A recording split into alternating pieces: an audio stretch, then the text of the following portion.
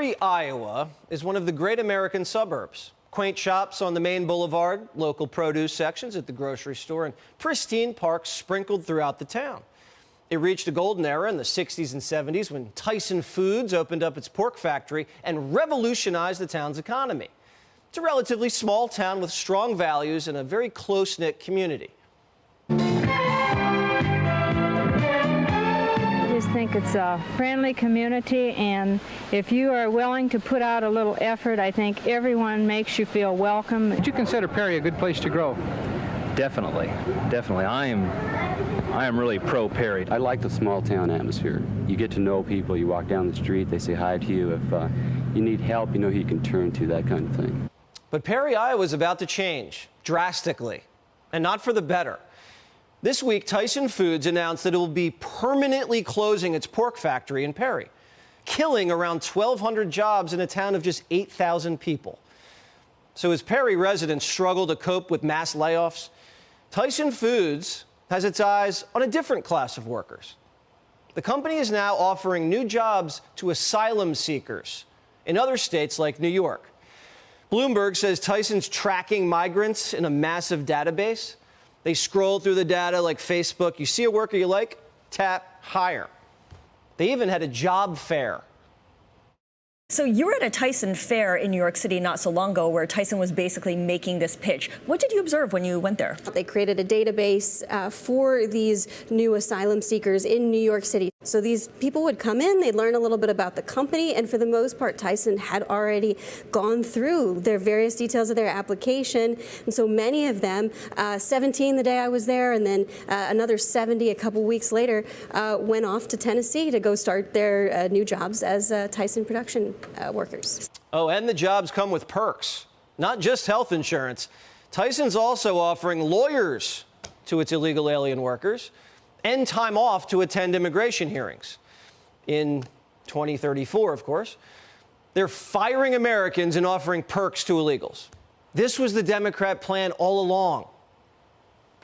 Well, first of all, let's just say we are a nation of immigrants. 460,000 open jobs today. Wow. I have 5,000 farm jobs that I need filled so we can plant the crops. Vegetables would rot in the ground if they weren't being picked by many immigrants, many illegal immigrants. You see, even in Florida, some of the farmers and the growers saying, why are you shipping these immigrants up north? We need them to pick the crops. We reached out to Tyson for comment, and they said they have a very diverse set of employees, and they're proud of it. Ohio Senator and author of Hillbilly Elegy, J.D. Vance, joins us now. I didn't think it was legal, Senator, to axe American workers and hire en masse illegal aliens.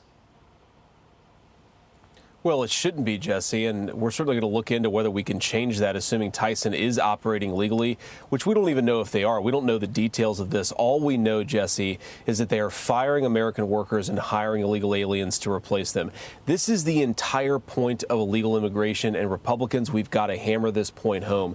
It reduces the wages of American workers by replacing American citizens with foreign laborers who are willing to work at slave wages. It has been the plan, as you said, from the beginning, and what this means is the eradication of the American dream. Every time an American is replaced with an illegal immigrant, it means that an American family loses a good family supporting wage. It means that American companies are literally replacing our own citizens with people who will work for slave wages. That is not capitalism or a market economy, Jesse. That is the decimation of the American middle class via illegal immigration, and it's happening all over the country. And this poor town's going to get slaughtered. All of those people laid off in such a small town, it's just going to have such a tremendous impact. Are they getting around it legally by saying, we're not hiring illegal aliens, we're hiring asylum seekers? Is that how they do it?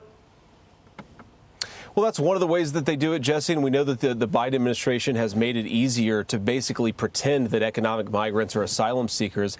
It's one of the reasons why we have to change our asylum laws in this nation. But, Jesse, think about how much of a contrast this presents between the Trump economy and the Biden economy. If you go back to the Trump economy, you had American jobs going to American workers. You had wages rising. Under the Biden economy, you have those American workers getting fired and replaced with foreign labor. This is not an exaggeration. All net job creation, Jesse, you heard me right, 100% of net job creation under the Biden administration has gone to the foreign-born. So we are taking an economy that produced prosperity for American citizens and turning it into an economy that produces prosperity for people who probably shouldn't be here in the first place. And I bet you know what Tyson isn't doing, Jesse. I bet they're not drug testing the illegal immigrants who are coming in. I bet they're not asking whether they're bringing fentanyl or drugs into that small town with them. This is the end of the American dream if we let this stuff happen. We've got to reelect Donald Trump, and we've got to get congressional Republicans with some spine to push back against this stuff. Hear, hear. Thanks for speaking out about this, and thanks for all your work with East Palestine. We really appreciate that. I know everybody in Ohio does, too.